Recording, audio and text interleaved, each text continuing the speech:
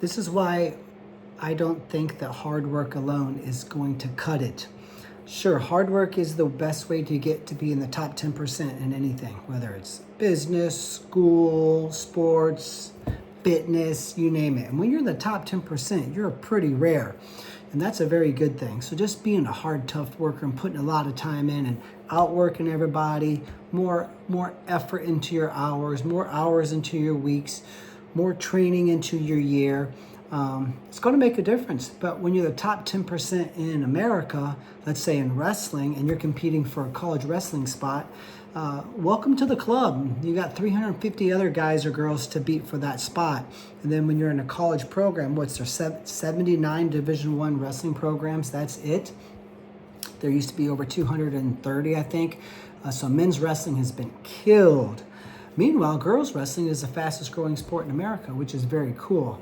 So the girls are very lucky and the boys are not so lucky. So hopefully we can turn that around and the girls wrestling continues to grow, and then the men's wrestling can maybe recover a little bit. But at this point in time, there's only 79 spots. So if your goal is to be the 197-pound starter and win an NCAA title, or even just to start for a Division I program, you're one out of 79 human beings in America. 1 out of 79. That's not a lot. So are you just going to outwork everybody and become an NCAA starter?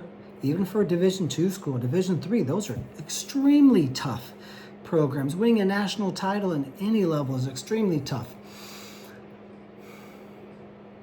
Everybody's doing it. They've given up big chunks of their life. These people are nuts. That's your competition. So you just say, well, I'm just going to work double harder. No, it's not going to work.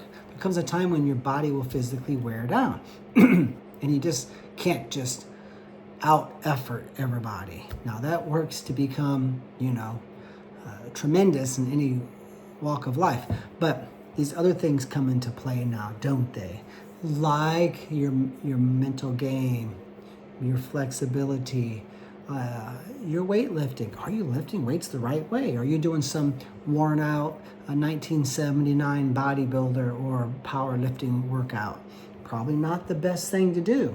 Now, if you're a 320-pound football lineman, go ahead. You want to be a combat sport athlete? You want to be a wrestler? Probably not. It's not as good. It's better than doing nothing. But, there's better strength and conditioning methods. There's better nutritional methods.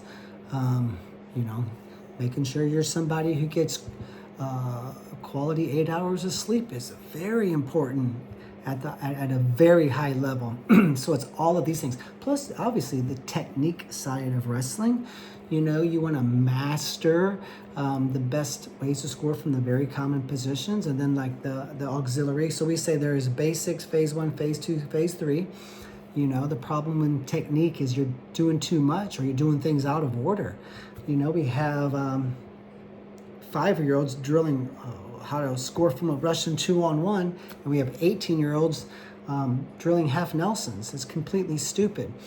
You wouldn't give a 5-year-old a geometry book, right? And you wouldn't make an 18-year-old woman or man practice 2 + 2 mathematics. It's silly. So we like to teach things in progressions and orders, and that's what we do with our online wrestling academy.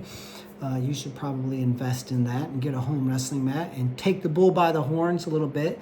Get out from underneath. You don't want to have to be at the mercy of a coach or a team or a program or workout partners. You don't want to be at the mercy of anyone. You want to get 1 or 2 buddies to come over to your house, get on your home mat, get the online academy, and you master the best 270 plus or minus wrestling techniques in wrestling. And it's going to help you. But yeah, everything should be taught in progression. So from a technique standpoint, that's very important. In addition to flexibility, nutrition, all of these other areas. And another thing is just experience, right? You have to go through the disappointment. And when you recover from a disappointing loss. Maybe you lost the state finals 2 years in a row. It's very hurtful. Well, guess what? That's a scar, and it's never going to heal, but that might be what puts you over the top and helps you to win that starting spot on a college team one day. So you can't shortcut this. You just got to get out there and get punched in the face and punch back and have the thrill of victory and suffer through the disappointments, and you just go through the overtime matches and screw it all up and go into the overtime matches and do things right. And you just got to grind it out from an experience level as well. So, yeah, there's my points as far as just being a hard worker. It's not enough, and there's why. Check us out, PurlerWrestling.com. Love to have you guys, and wish you great success.